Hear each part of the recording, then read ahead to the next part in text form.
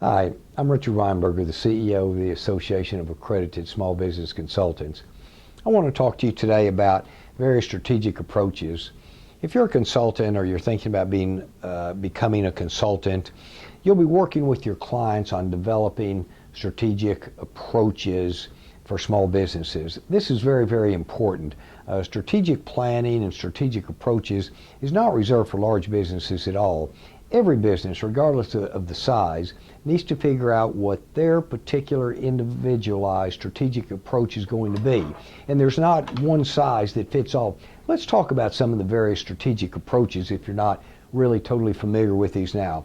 One might be just striving to be a low-cost provider. We can see the big box stores that many of them have this philosophy, and that is they want to be the low-cost provider. That's a strategic approach that many businesses use. Other businesses, on the other hand, they want to be a higher quality service provider. They want that distinction. Take a look at the automobile industry, and you know which cars are at the top of the list and which cars are at the bottom.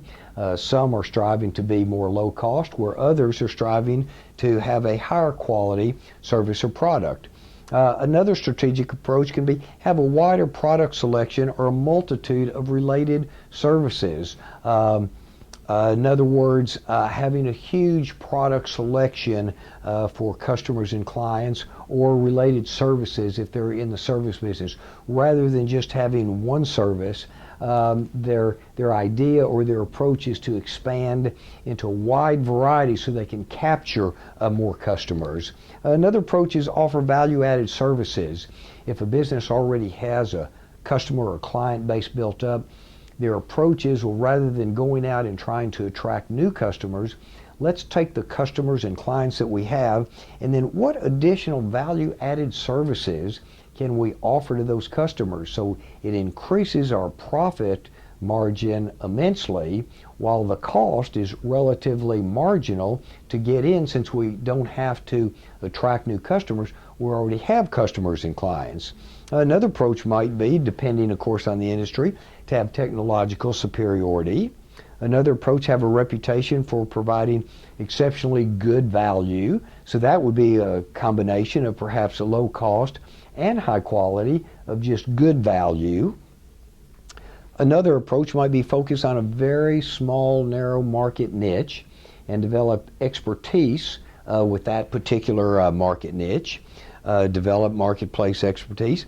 And then this is one that is pretty interesting, and that is many companies like to use the approach that they want to be the first into the market.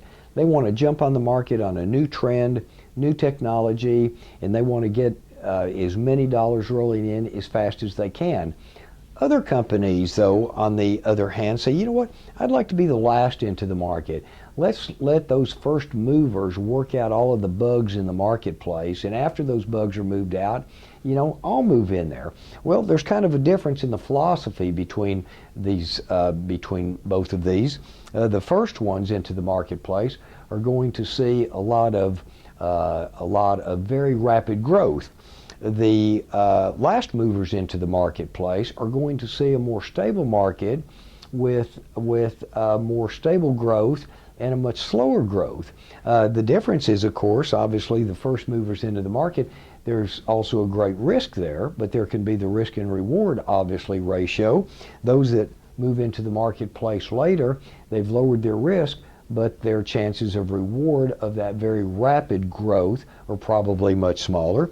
And then obviously some companies would be in between someplace. They're not interested in being the first mover or the last mover into the marketplace. Another approach could be introduce a better product or service based on changes in the marketplace or based on consumer demand. This is where market research is important, that a company decides, well, I want to produce something better. I understand what the desires of the customer base is, what the market is out there, or even diversify then into unrelated businesses. This is a philosophy that many businesses have, and that is, well, rather than having all of the risk in one business, let's diversify. Let's get into another business. Now, again, along with the diversified business, we have to look at the cost.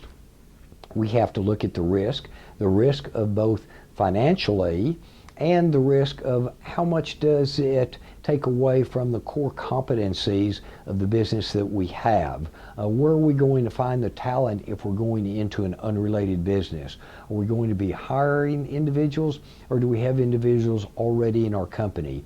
Is there going to be an increase in efficiency or a loss of efficiency if we go into an unrelated business? So this is just a short list of various strategic approaches. But as you deal with clients, each individual business is going to have their own idea.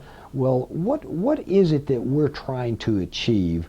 What is our approach? In other words, an approach can't be everything, but an approach really has to be very specific for a business. So think about these various approaches when you're dealing with your individual clients.